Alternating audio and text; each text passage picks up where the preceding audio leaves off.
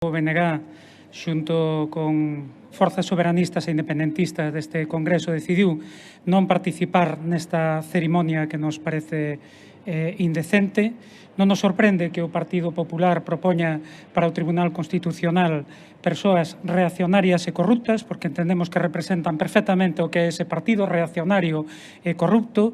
Entendemos, no entanto, que máis explicacións debe dar o Goberno de coalición, os partidos que o conforman, PSOE e Podemos. É verdade que o Partido Socialista leva máis de 40 anos neste réxime de 78 repartindo o control do Poder Xudicial co Partido Popular. Non por iso deixa de ser escandaloso que unha forza que se proclama de esquerda actúe desta maneira, mas en todo caso creemos que máis explicacións aínda deberá dar Unidas Podemos por unha decisión de apoiar dous candidatos, un candidato e unha candidata absolutamente impresentable do punto de vista democrático, que van contribuir a fortalecer ese carácter tamén reaccionario e político de órganos xudiciais, neste caso do Tribunal Constitucional. Temos a certeza de que as persoas que apoiaron a Unidas Podemos non van entender esta decisión.